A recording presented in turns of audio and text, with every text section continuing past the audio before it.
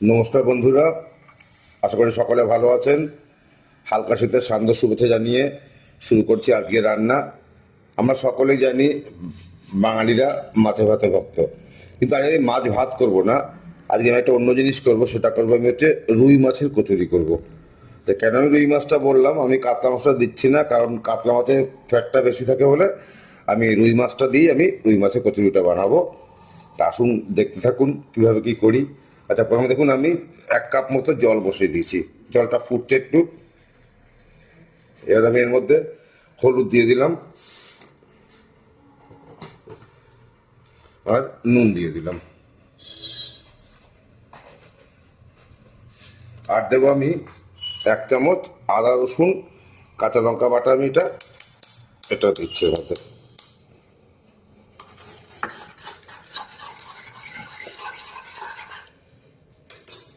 এবার আমি দেখুন মাছগুলো আমি 6 পিস মতো রুই মাছ নিয়েছি, গাদা পেটি মিশানো।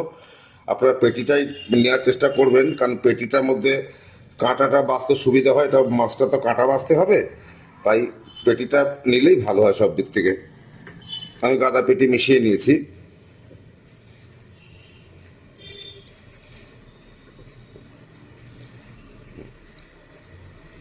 এবার আমি এটাকে মিনিট 5-7, বেশি লাগবে না, একটু উল্টে দিলাম, হাত দিয়ে উল্টে দিচ্ছি।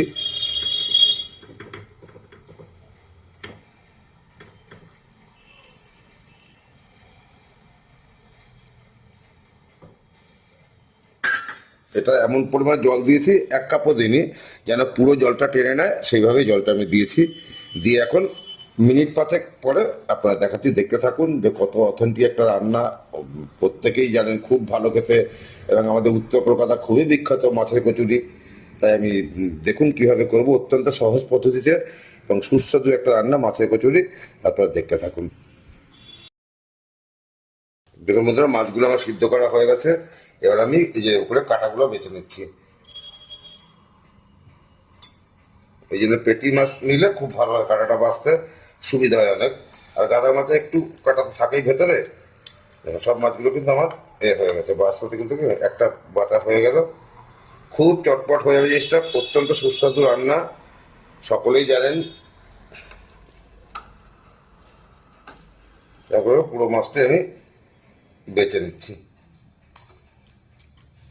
কাঁটাগুলো ভালো করে যেন একটু যেন কাঁটা না থাকে ভেতরে।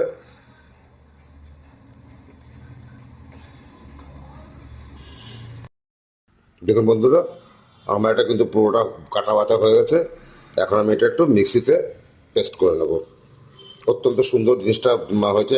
কাঁটাটা কিন্তু ভালো করে কাঁটাটা বাছবেন, কারণ যাতে কোনো ছোটো ছোটো কাঁটা যেন এর মধ্যে না লেগে থাকে, তার কিন্তু খাওয়ার সময় সেটা মুখে আটকালে খুব বিচ্ছিরি লাগবে। তাই ভালোভাবে কাঁটাটাকে বেছে নিয়ে আমি এখন এটা মিক্সিতে পেস্ট করে আপনাদের দেখাচ্ছি। আমি পুরটা করার জন্য কড়াতে তেল গরম করতে বসিয়ে দিয়েছি। এবার আমি কড়ার মধ্যে পেঁয়াজ কুচিয়ে দিলাম।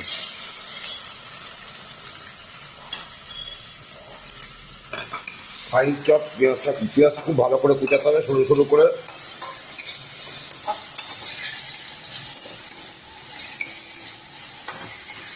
আচ্ছা, আমি কিন্তু মাছ সিদ্ধ করার সময় কিন্তু নুন দিয়েছিলাম, সেটা কিন্তু মাথায় রাখতে হবে, সেই বুঝে নুনটা একটু কম দিতে হবে।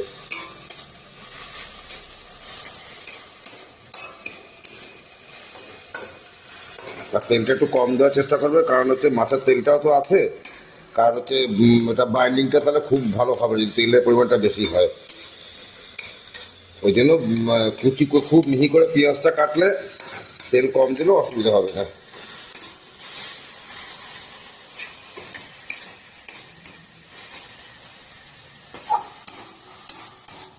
এবার আমি আদা রসুন বাটাটা দিয়ে দেবো। ঝালটা যে যেমন খাবেন সেইভাবে দেবেন।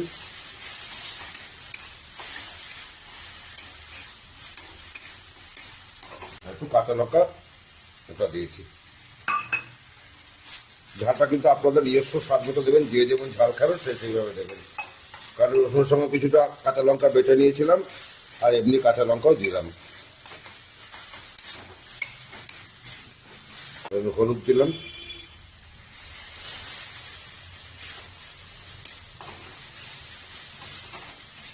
নুনটা অল্প দিলাম কারণ ওর মধ্যে নুন আছে।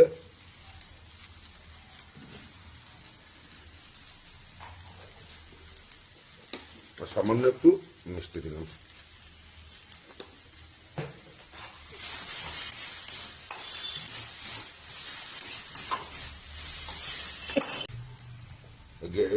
ব্লেন্ড করা মাছটা আমি দিয়ে দিচ্ছি এর মধ্যে।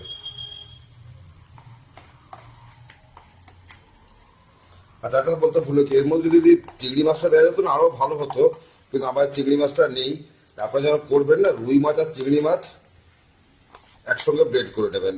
রুই মাছটাকে সিদ্ধ যেমন করলাম আর চিংড়ি মাছটা সিদ্ধ করা যাবে না, সেটা তার শক্ত হয়ে যাবে।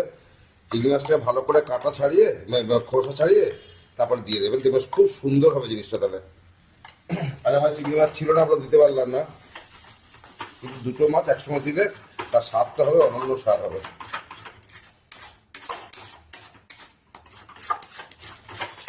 এটা শুকাতে হবে কিন্তু এটা।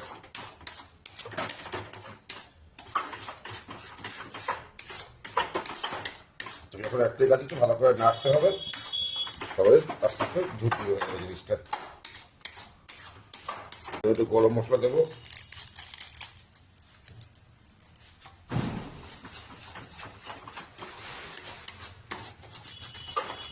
সেটা হচ্ছে ব্রেড ক্রাম দেবো কিন্তু আমি। ব্রেড ক্রাম বা টোস্ট বিস্কুটের গুলো যেটা হোক দেবেন, ওটা কিন্তু বাইন্ডিংটা আনতে সুবিধা হবে। যেইটুকু দিলাম, এটা দিয়ে ভালো করে নাড়লে তাহলে আর এই জল ভাবটা সব কেটে দেবে। গ্যাসটা কিন্তু কমিয়ে দিতে করতে হবে।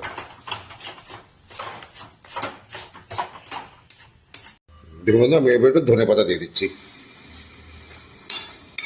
টমাটো কিন্তু পুরটা পুরোপুরি রেডি হয়ে গেছে। দেখুন বন্ধু, পুরটা পুরোপুরি আবার রেডি হয়ে গেছে। এখন আমি ছোটো ছোটো গোল গোল পাকিয়ে রাখবো, তবে আটা ময়দাটা মেখে তারপরে ওর মধ্যে পুরটা ভরে ভেজে আপনারা দেখাচ্ছি, দেখতে থাকুন। বন্ধু, একটা জিনিস আমি স্কিপ করে গেছিলাম, যখন আমি পুরটা কষাচ্ছিলাম ওর মধ্যে কিন্তু আমি 1 চামচ ধনে গুঁড়ো 1 চামচ জিরে গুঁড়ো দিছিলাম। ওটা দেখানো হয়নি, তাই মিস করে গেছি বলে আপনাদের আবার জানিয়ে দিলাম। ওটা কিন্তু অবশ্যই দিতে হবে কিন্তু। তাহলে কিন্তু ধনে গুঁড়ো জিরে গুঁড়ো দিলে তার স্বাদটা অন্যরকম হবে, সকলেই জানেন। তাই বন্ধুরা আপনারা দেখতে থাকুন পরবর্তীটা কি হচ্ছে। দেখুন বন্ধুরা, আমি এগুলো পুরগুলোকে গোল গোল করে নিয়েছি।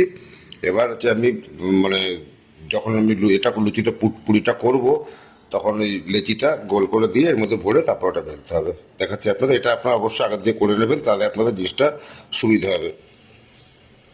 দেখতে থাকুন, আমি ময়দাটা করে দেখাচ্ছি আপনাদের।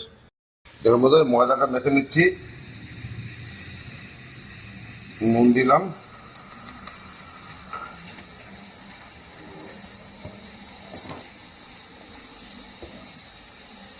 তেল দিয়ে ময়নটা করে নিতে হবে।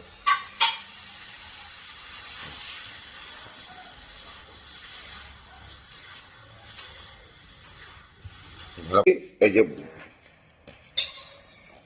ঘাট দিয়ে করে নিলাম, করে এই যে পুরটাকে মধ্যে ভরে দিলাম, ভরে ঠেসে দিলাম একটু, মুখটা দিয়ে আটকে দিলাম। এই যে হয়ে গেল করা আমার। আর একটা করছি দেখুন, এই যে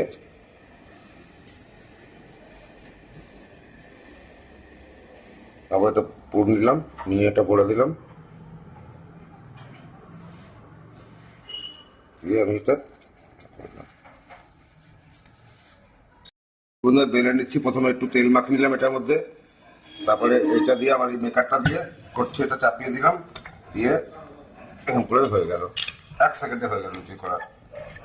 দেখুন কি সুন্দরভাবে এটা হয়ে গেল জিনিসটা। অত্যন্ত সহজ পদ্ধতিতে জিনিসটা করা যায়। ফার্স্ট টাইম এটা একটু এই দেখুন, এটা ফার্স্টে একটু তেল মাখিয়ে নিলাম, নিয়ে এটা এর মধ্যে রাখলাম, এই যে এর মধ্যে রাখলাম, রেখে এটা দিয়ে চাপ দিলাম, তারপরে চাপ দিলেই হয়ে গেল। 1 মিনিট মানে 2 সেকেন্ডে আমার এটা হয়ে যাচ্ছে। দেখাচ্ছি আপনারা সবগুলো। দেখুন বন্ধুরা, কড়াতে আমি তেল বসিয়ে দিচ্ছি। এবার আমি বেলা হয়ে গেছে, আমি একটা করে ছাড়ছি।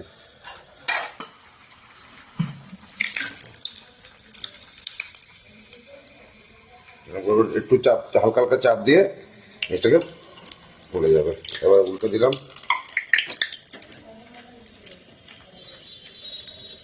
হ্যাঁ কি সুন্দর ফুলছে,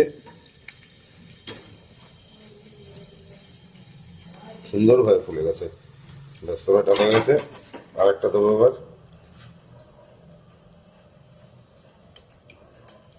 একটাও দিয়ে দিলাম।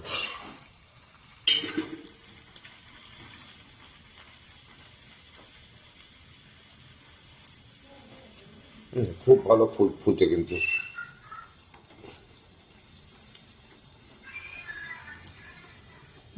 দেখুন বন্ধুরা কত সুন্দর হচ্ছে জিনিসটা, একদম ইজি ওয়েতে। এই যে কি সুন্দর ফুলে গেল।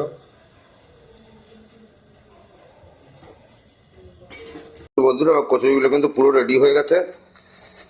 এই দেখুন ছিঁড়ে দেখাচ্ছি কত সুন্দর জিনিসটা ভেতরে, দেখুন ভেতরে কত সুন্দর পুর দিয়ে একদম সুন্দর জিনিসটা দেখতে হয়েছে, খেতেও অসম্ভব ভালো হয়েছে।